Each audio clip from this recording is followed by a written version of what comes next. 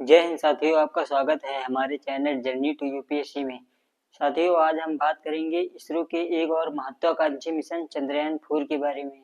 जैसे कि हम जानते हैं, चंद्रयान 3 को भारत ने चंद्रमा की सतह पर उसके दक्षिणी ध्रुव पर यानी साउथ पोल पर लैंड कराकर एक इतिहास कायम किया, जो कि अब अभूतपूर्व है। इससे पहले दुनिया के किसी देश ने चंद्रमा के दक्षिणी ध्रुव पर यह लैंडिंग सफल नहीं करा पाई थी। तो हम जानते हैं यह चंद्रयान 4 के बारे में, और एक चंद्रयान 5 के बारे में भी चर्चा हो रही है। उसके बारे में अगली वीडियो में समझेंगे।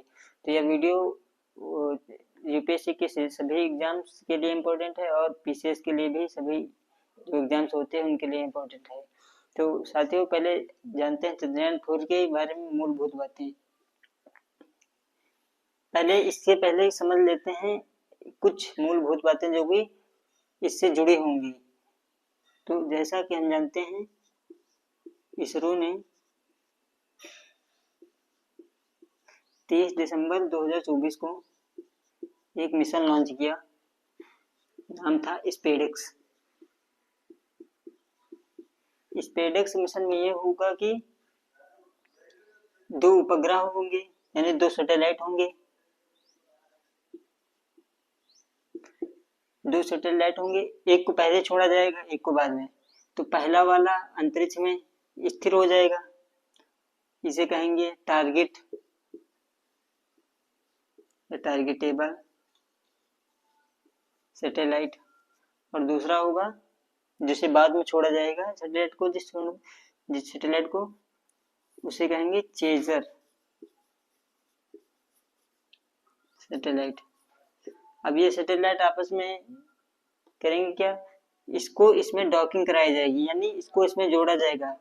जब यह डॉकिंग यानी जब यह इसको ढूंढकर या अंतरिक्ष में जो काम होता है ये बहुत ही कठिन होता है, क्योंकि वहाँ ग्रेविटी और अन्य चीजें वहां पर कुछ नहीं होता ना, इसलिए ये बहुत ही कठिन था। हालांकि इसरो ने इसे सफल बना दिया। तो ये चेजर इससे जुड़ जाएगा, तो ये डॉकिंग मिशन सफल हो गया जैसे। और फिर इसे हटना होगा, तो ये जैसे अनडॉकिंग करना होगा तो ये हट जाएगा, तो फिर इसे कहते हैं अनडॉकिंग मिशन। यह मिशन चंद्रयान 4 को सफल बनाने के लिए ही ज्यादातर इसका इस्तेमाल किया गया है। अब बात करेंगे चंद्रयान मिशन का क्या काम है, इसका उद्देश्य। जैसा कि यह कब छोड़ा जाएगा, इसे अनुमानित साल है लगभग 2027 से 28 के बीच में छोड़ा जाएगा। इसका उद्देश्य है चंद्रमा की सतह से मिट्टी या चट्टाने को वापस लाना। चंद्रमा की मिट्टी को कहते हैं रेगोलिथ।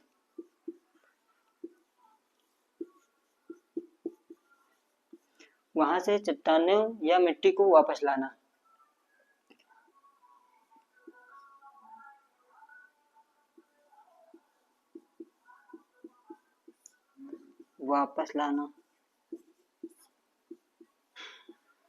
वापस लाकर यहाँ पर अध्ययन करेगा। हमारे इसरो की टीम अध्ययन करेगी या अन्य साइंटिस्ट अध्ययन करेंगे, तो चंद्रमा के जो राज हैं उनके रहस्यों के बारे में, उसके रहस्यों से पर्दा हटेगा और भी उनकी जो रहस्यमय चीजें हैं उनको जानने का मौका मिलेगा। अब हम समझते हैं ये मिशन काम कैसे करेगा, इसके क्या कौन से भाग हैं, इन सब चीजों के बारे में जानते हैं। जैसा कि हम जानते हैं यह मिशन बहुत भारी है, तो 2 रॉकेट से भेजा जाएगा।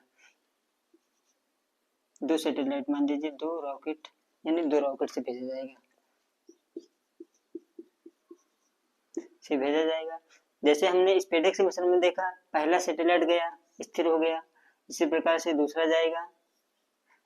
जैसे रेल के डिब्बे जुड़ते हैं ना, सेम उसी प्रकार, केवल वो अंतरिक्ष में रहता है, इसलिए वो अंतरिक्ष में ये अंतरिक्ष में जुड़ेगा, और ट्रेन है कि जमीन में जुड़ते डिब्बे, उसी प्रकार ये होगा। अब जुड़ेगा जैसे, अब फिर इसमें जैसे हम जानते हैं कि बहुत भारी है ये। जैसे एग्जांपल से समझे, मान लीजिए 2 ट्रक हैं, उनको अलग अलग माल भर कर भेजा जाए, फिर हाईवे पर उनको एक बड़े ट्रक में लोड किया जाए। ठीक इसी प्रकार 2 सैटेलाइट जाएंगे, पहले एक एक करके जाएंगे, फिर आपस में अंतरिक्ष में उनको जोड़ दिया जाएगा। इसे ही डॉकिंग मिशन कहते हैं, इसीलिए इसरो ने इस मिशन को सफल बनाया। इसरो इस मिशन को सफल बनाने के साथ आपको एक जानकारी दे दें कि यूएसए, रसिया और चाइना के बाद इंडिया चौथा ऐसा देश है जिसने अंतरिक्ष में सफल डॉकिंग यानी दो सैटेलाइटों को जोड़ा हो। अब इस मिशन में कौन कौन से भाग होंगे, इसके कौन कौन से खंड होंगे? इसमें होगा एक लैंडर मॉड्यूल,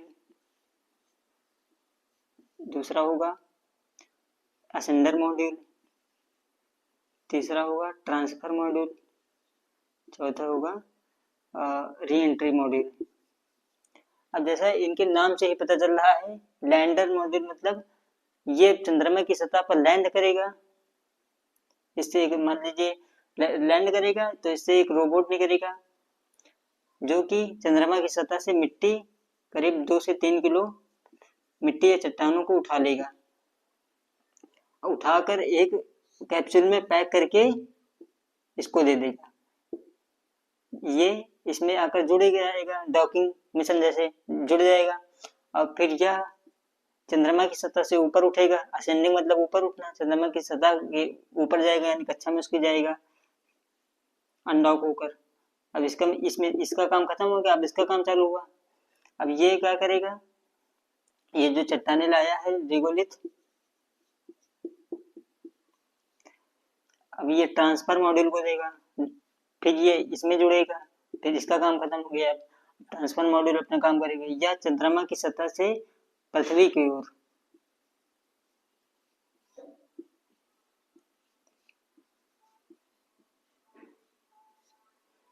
ओर आएगा।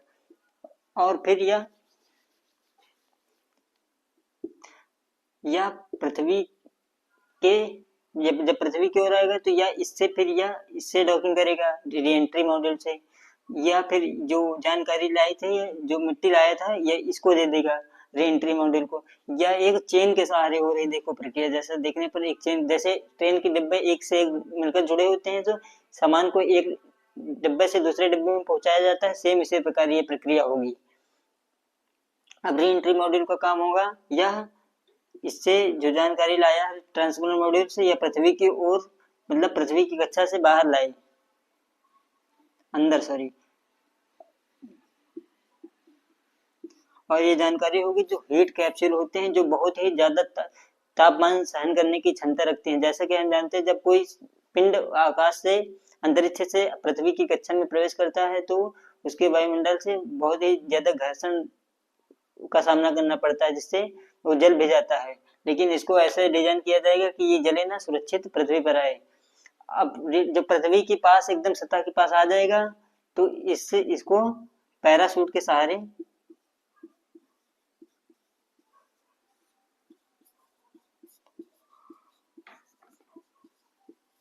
पृथ्वी पर उतार लिया जाएगा। फिर हमारे वैज्ञानिक इसको अध्ययन करेंगे इसका, और इसके बारे में जानेंगे चंद्रमा की सतह क्या है, कैसे बनी, और अन्य चीजों को भी देखेंगे।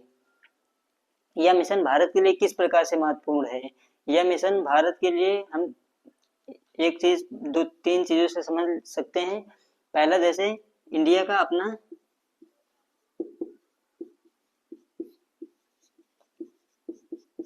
स्पेस